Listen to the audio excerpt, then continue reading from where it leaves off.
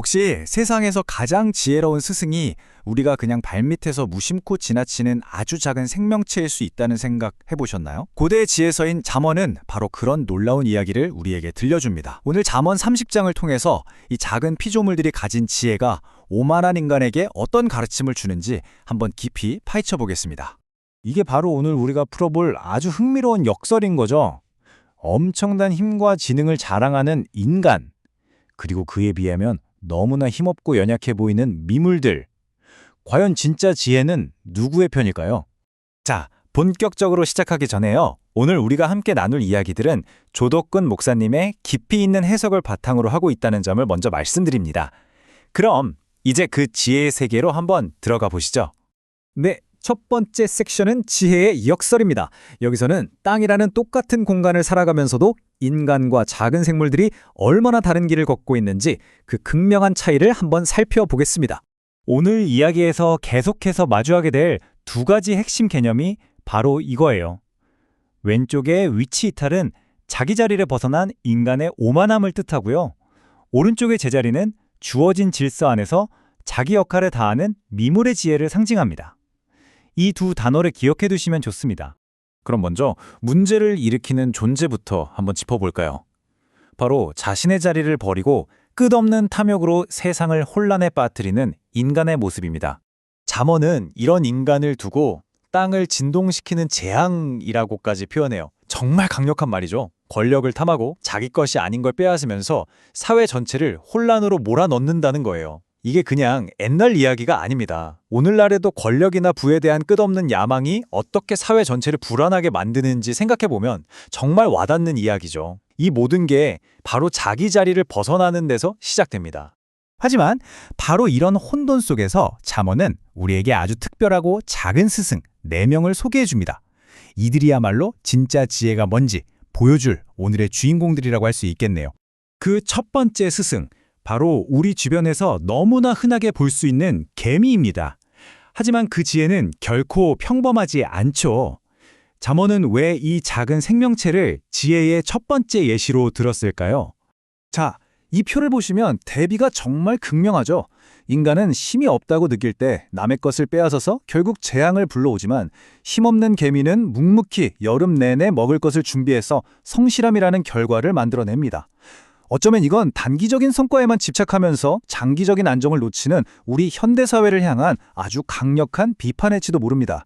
자기 자리를 아는 지혜, 그 첫 번째 모습이죠. 이제 두 번째 스승을 만나보겠습니다. 사반, 우리말로는 바위너구리라고 하는데요. 아마 좀 생소하게 들리실 수도 있겠네요. 이 작고 연약해 보이는 동물이 품고 있는 지혜는 과연 뭘까요? 사반은요, 사실 변변한 방어수단 하나 없는 아주 약한 동물이에요. 그런데 바로 거기에 지혜가 있습니다. 자신의 연약함을 정확히 알고 가장 안전한 바위 틈에 집을 짓는 거죠. 요즘처럼 뭐든 할 수 있다, 한계를 넘으라 라고 말하는 시대에 사반의 지혜는 자신의 경계를 아는 것에서 오는 진짜 힘을 가르쳐줍니다. 자신의 한계를 인정하는 겸손함이야말로 가장 강력한 보호막이라는 걸 보여주는 셈이죠. 세 번째 스승은 때로는 재앙의 상징으로 여겨지기도 하는 메뚜기입니다. 그런데 잠언은 이 메뚜기 떼의 움직임 속에서 아주 놀라운 질서의 신비를 발견해냅니다. 이 비교 정말 놀랍지 않나요? 인간 사회는 왕, 즉 리더가 있어도 끊임없이 권력 다툼으로 혼란스러운데 메뚜기 떼는 왕이 없는데도 스스로 질서를 만들어서 대열을 맞춰 나갑니다. 복잡한 조직과 위계 질서를 만들어 놓고도 내부 갈등으로 힘들어하는 우리 모습을 돌아보게 만드는 지점이죠. 이게 바로 자발적인 질서의 힘입니다. 그리고 마지막 네 번째 스승입니다.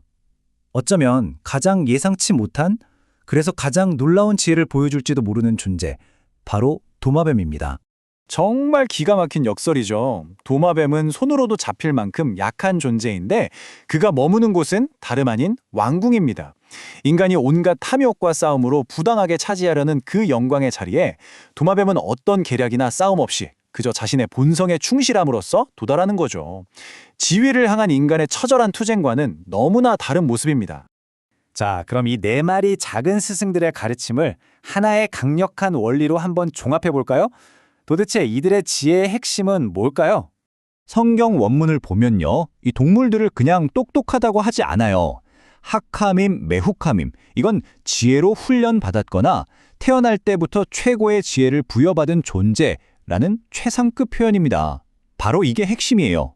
이들의 지혜는 우리가 배우고 익혀서 얻는 그런 지혜가 아니라 자기 본성에 순응함으로써 자연스럽게 얻어지는 타고난 지혜라는 거죠. 결국 진짜 지혜로 가는 길, 이 수능의 축복이라는 건 그냥 수동적으로 포기하라는 말이 절대 아니에요. 오히려 아주 적극적인 여정이죠. 자신의 한계와 위치를 겸손하게 인정하고 더 큰 질서에 자신을 맞출 때 역설적이게도 가장 지혜로운 존재가 될 수 있다는 겁니다. 자, 이제 이 모든 고대의 지혜가 바로 오늘을 살아가는 우리 자신, 바로 당신을 향한 질문으로 돌아옵니다. 결국 오늘 우리가 살펴본 이야기의 궁극적인 메시지는 바로 이겁니다. 세상을 흔드는 불안한 존재가 될 것인가? 아니면 자신의 자리에서 가장 지혜로운 존재가 될 것인가? 그 선택은 우리에게 달려있다는 거죠. 그래서 마지막으로 이 질문을 여러분께 드리고 싶습니다. 여러분의 삶 속에서 여러분이 있어야 할 진짜 자리는 과연 어딘가요? 한번 깊이 생각해 볼 만한 질문인 것 같습니다.